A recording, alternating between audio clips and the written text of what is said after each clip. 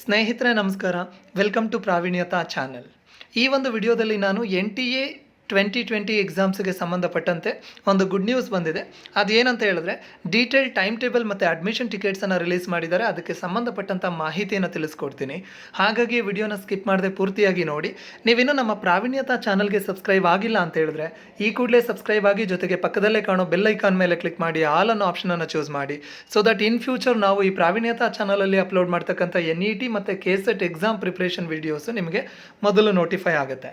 ನಿಮಗೆಲ್ಲ ಗೊತ್ತಿದ್ದಾಗೆ ನಿಮ್ಮ ಈ ಪ್ರಾವಿಣ್ಯತಾ ಚಾನಲಲ್ಲಿ ನಾವು NET ಮತ್ತು KSET ಆಸ್ಪಿರೆಂಟ್ಸ್ಗೆ ಹೆಲ್ಪ್ ಆಗೋ ರೀತಿಯಲ್ಲಿ ರೆಗ್ಯುಲರ್ ಆಗಿ ಒಂದು ಕಂಪ್ಲೀಟ್ ಕೋರ್ಸ್ ಮಾದರಿಯಲ್ಲಿ ವಿಡಿಯೋಸನ್ನು ಮಾಡ್ತಾ ಬರ್ತಾ ಇದ್ದೀವಿ.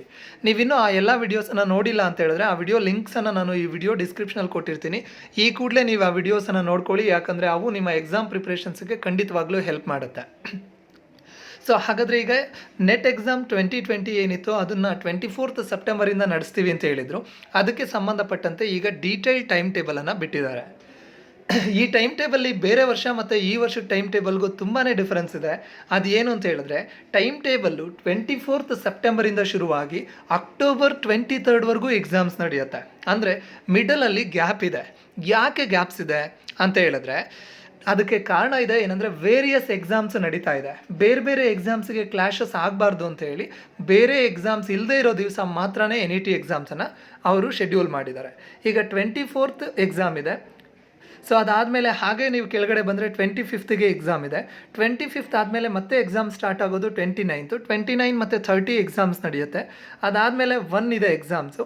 1 ಆದಮೇಲೆ ಮತ್ತೆ 7, 9, 17, 21 ಇದೇ ರೀತಿ 22, 23rd ಈ ರೀತಿ ಎಕ್ಸಾಮ್ಸನ್ನು ಬೇರೆ ಬೇರೆ ಗ್ಯಾಪ್ ಕೊಟ್ಟು ಎಕ್ಸಾಮ್ಸನ್ನು ಹಾಕಿದ್ದಾರೆ.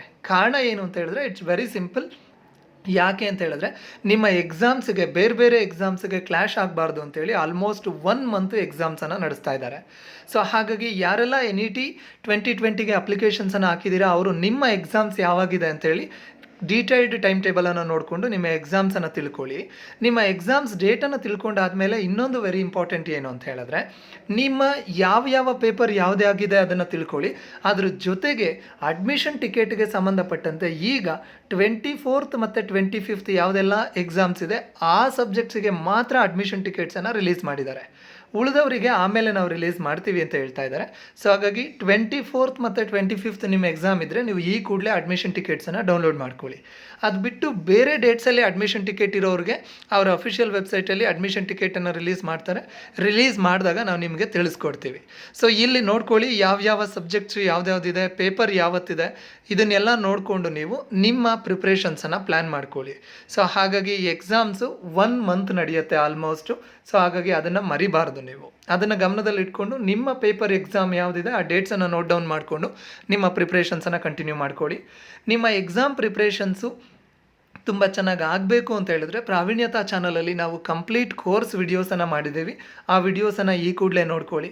ನಿಮ್ಮ ಎಕ್ಸಾಮ್ಸಲ್ಲಿ ನೀವು ಚೆನ್ನಾಗಿ ಸಕ್ಸಸ್ ಆಗಲಿ ಅಂತ ಪ್ರಾವಿಣ್ಯತಾ ಕಡೆಯಿಂದ ನಿಮ್ಮೆಲ್ರಿಗೂ ಆಲ್ ದ ಬೆಸ್ಟ್ ಹೇಳ್ತಾ ಹ್ಯಾಪಿ ಲರ್ನಿಂಗ್. Thank you.